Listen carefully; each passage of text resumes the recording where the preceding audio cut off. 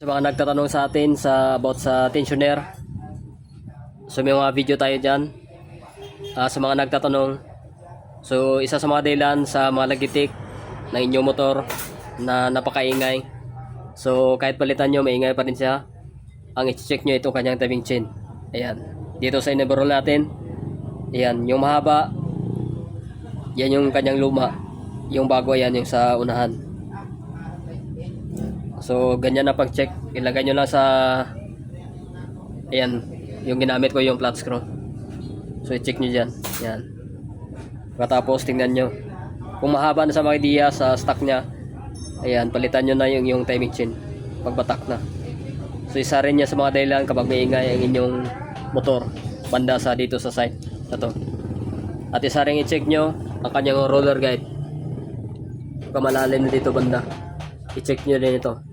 Ayan. Kung napalitan nyo na yung tensioner, ganoon pa rin yung tunog, check nyo din yung timing chain.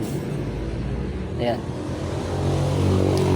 Ayan, sharing lang about dito sa XREM 125 sa mga nagtatanong.